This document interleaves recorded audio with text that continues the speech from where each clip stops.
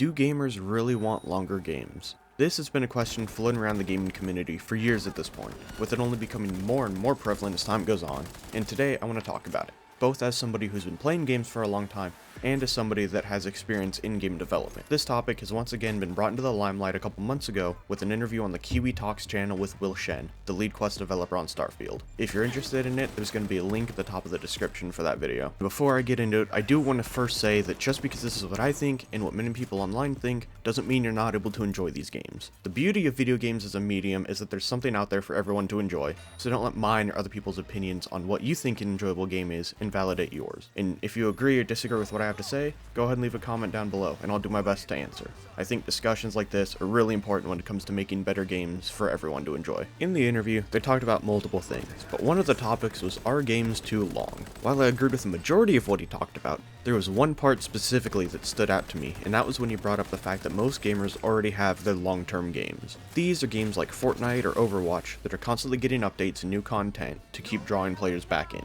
Because players already have these long-term investment games, it's hard for them to find other longer games to fit into their schedules. While I think that his point is valid, I also think that it isn't the main reason people don't play newer, longer games. For example, if you look at the Game of the Year nominees in 2024, while the winner, Astrobot, is a shorter game, only about 11 hours according to How Long to Beat, the other nominees are much longer. For example, Metaphor ReFantazio is at 65 hours, Black Myth Wukong at 37, Shadow of the Erdtree at 25.5, Final Fantasy VII Rebirth at 48, and finally Balatro at 7. However, Balatro is a unique case, with it being a roguelite, offering far more replayability than compared to the other games that were nominated that year. As you can see, 4 of the 6 games that are nominated are longer experiences, and that's only counting the main story, not including all of the side content. These examples show that people do in fact still want longer games, but what sets these 4 games apart from the likes of Starfield? The answer is very simple. These games respect the player's time. Now, respecting a player's time means different things to everybody, because everyone values something different when it comes to playing games. And honestly, at this point, the phrase has started to lose its original meaning. It used to mostly be used when referring to the times that a game would do something like making you slowly walk next to an NPC, but now it's just used whenever someone doesn't like something in a game,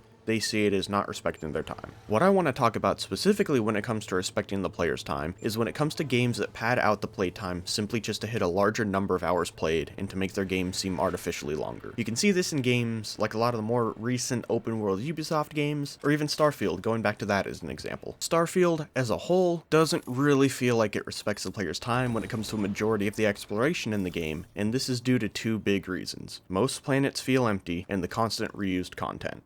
Now, the planets feeling empty isn't really as big of a problem as the reused dungeons, but it's still something that's very noticeable. I only put about 60 hours in Starfield before dropping it, and I noticed fairly quickly that many planets have a very similar feel to them, almost making it feel like you've already explored it before. This isn't helped by many of the points of interest being very far apart, and only having so many different variations that you start to repeat points of interest very quickly. As for the reused assets and dungeons, which I could go on a long rant about, but for the sake of staying on topic, I won't. It makes it feel very much like you've already seen everything the game has for you very quickly, making it so you don't want to continue playing because you're just going to come across more and more reused content. This is a massive departure from Bethesda's last games, which, while they had reused assets, it was never this obvious. This is a perfect example of wasting the player's time when it comes to exploration, as Bethesda really didn't give the players any depth to explore, instead making everything very shallow and bloating their dungeon numbers to a massive amount, valuing quantity over quality. The reason that this is a problem is just because this makes it so that the players are adverse to exploration, as they've already seen most of the content the game has only a fraction of the way through, making it so the players have to constantly go through and interact with all this bloated content wears on them. And this isn't a problem exclusive to Starfield. For example, Ubisoft open world games have plenty of different collectibles and small objectives for you to do that give little to no reward. This on its own isn't necessarily a bad thing, as there's plenty of people that love having a bunch of small checklists to do in games, and that's one of the great things about it. But looking online, you can see so many different discussions complaints about the checklists in Ubisoft games and how many people are dissatisfied with them. They talk about how much more they would enjoy the game if it wasn't for all of the mediocre side content that they have to wade through in order to level up just to play the main story of the game they want to experience. The problem with this is they're making people have to play longer, and if the base gameplay isn't good enough, or the game doesn't introduce anything new in that time, it starts getting stale and wears down the player. This isn't something exclusive to longer games either, and even shorter games can do this, but it's often not to the same extent just because of the shorter playtime. An example of a longer game that does collectathons good is Super Mario Odyssey, which according to How Long to Beat is 62 hours for completion. Super Mario Odyssey has multiple different types of collectibles, but there's two main reasons that work in its favor. One is that most of the 880 moons are unique, having the player do different tasks for a majority of them, as well as the gameplay being extremely good for a 3D platformer. Another example, this time in the direction of the collectibles providing a benefit to the player, is The Legend of Zelda: A Link Between Worlds. In A Link Between Worlds, there's two different main collectibles, the Pieces of Heart and the Mai-Mais. There's 28 pieces of heart, and every 4 that the player collects, they gain an extra heart, allowing them to get up to 7 extra hearts through their playthrough. There are also 100 Mai-Mai, and every 10 you collect gives you an upgrade for an item of your choosing, with all 100 upgrading the player's spin attack, actively affecting the gameplay. These two are good examples of collectathons in two different ways, one having most of the collectibles being unique, and the other giving gameplay rewards for each type of collectible. Now, these examples were all focused on the collecting in games, but let's talk a little bit about the important part, the gameplay. Let's go back to Starfield and compare it to other long games in a similar genre, like Cyberpunk 2077 and Red Dead Redemption 2. These are all long games, according to How Long to Beat. All 3 are over 100 hours. So why are Cyberpunk and Red Dead Redemption 2 so praised, despite being longer games, while Starfield isn't? The simplest reason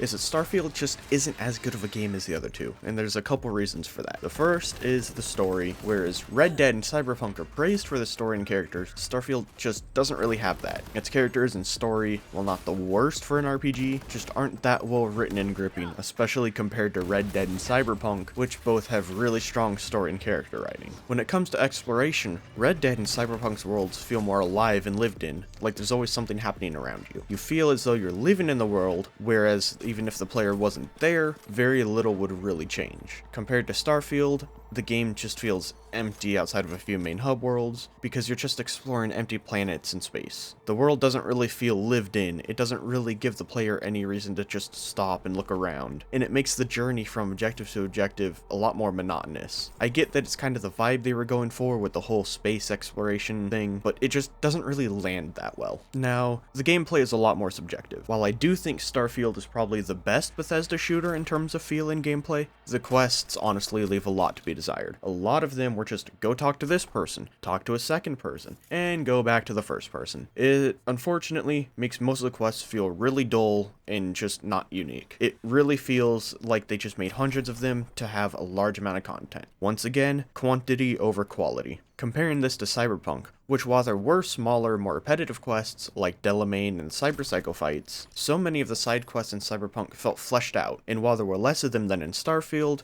they felt unique. And just because I'm using it as a punching bag doesn't mean Starfield's a bad game, it just doesn't really have that much to stand out compared to its competitors, and the content in it isn't really enough to hook that many players in. But that's enough with the Starfield trash talk. Let's talk about smaller games and why people like smaller games. At the end of the day, it comes down to density. Because these games are smaller, it's much easier to keep up the pacing and fill them with constant content, as well as they're often short enough that the base gameplay isn't going to overstay its welcome like it can in a longer RPG. A perfect example to me is Undertale. While I loved the game, I had really only started to get tired of the gameplay closer to the end of my second playthrough, but because the pacifist and the genocide routes are so different, even though you're going through the same map, both routes have a unique enough feel that you can't really help but want to know how the next area is going to look compared to the other playthrough. If Undertale wasn't as contained of an experience, it really wouldn't have had that novelty to it. And just because a game is shorter doesn't mean it can't have replayability. One of the biggest advantages of the Resident Evil franchise is that you get rewards for beating the game in certain ways that you're then able to use on your next playthroughs. For example, in Resident Evil 7, you get 3 rewards for beating the game in under 4 hours. The running shoes that let increase your movement speed, the X-ray glasses that let you see item locations, and the circular saw, which is one of the best weapons in the game. Even just for beating the game, you get rewarded with the best pistol for your next playthroughs,